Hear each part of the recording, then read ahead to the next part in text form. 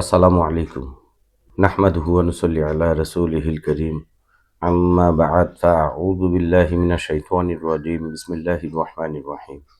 প্রিয় দিনদার মা-বাবা, ভাই ও বন্ধুগণ, যাকাতের মাসআলা কি কি থাকলে এবং কত পরিমাণ থাকলে আমাদের যাকাত দিতে হবে, আজকে আপনাদের সামনে হাদিস থেকে তুলে ধরছি। আপনারা খুব গুরুত্ব ও মনোযোগ সহকারে হাদিসগুলো শুনুন।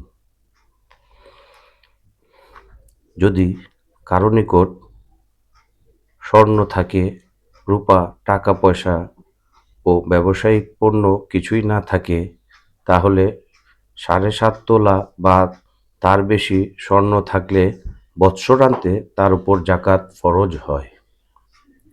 যদি কারো নিকট শুধু রূপা থাকে, স্বর্ণ, টাকা পয়সা ও ব্যবসায়িক পণ্য কিছুই না থাকে, তাহলে ৫২.৫ তোলা রূপা থাকলে বৎসরান্তে তার উপর যাকাত ফরজ হয়। যদি কারোর নিকট কিছু স্বর্ণ থাকে এবং তার সাথে কিছু রূপা বা কিছু টাকা পয়সা বা কিছু ব্যবসায়িক পণ্য থাকে, তাহলে এক্ষেত্রে স্বর্ণের ৭.৫ তোলা বা রূপার ৫২.৫ তোলা দেখা হবে না, বরং স্বর্ণ, রূপা এবং টাকা পয়সা ও ব্যবসায়িক পণ্য যা কিছু আছে সবটা মিলে যদি তোলা স্বর্ণ বা ৫২.৫ তোলা রূপা যে কোনো একটার মূল্যের সমপরিমাণ হয়ে যায়, তাহলে বৎসরান্তে তার উপর যাকাত ফরজ হবে। যদি কারো নিকট শুধু টাকা পয়সা থাকে, স্বর্ণ, রূপা ও ব্যবসায়িক পণ্য কিছু না থাকে, তাহলে ৭.৫ তোলা স্বর্ণ বা ৫২.৫ তোলা রূপার যে কোনো একটা মূল্যের সমপরিমাণ টাকা পয়সা থাকলে বৎসরান্তে তার উপর যাকাত ফরজ হবে।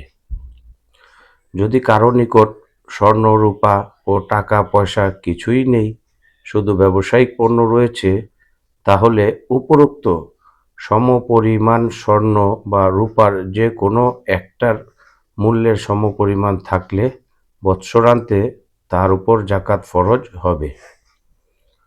কারো নিকট স্বর্ণ, রূপা নেই, শুধু টাকা পয়সা ও ব্যবসায়িক পণ্য রয়েছে, তাহলে টাকা পয়সা ও ব্যবসায়িক পণ্যের মূল্য মিলিয়ে যদি উক্ত পরিমাণ স্বর্ণ বা রূপার যে কোনো একটা মূল্যের সমপরিমাণ হয়, তাহলে বৎসরান্তে তার উপর যাকাত ফরজ হবে।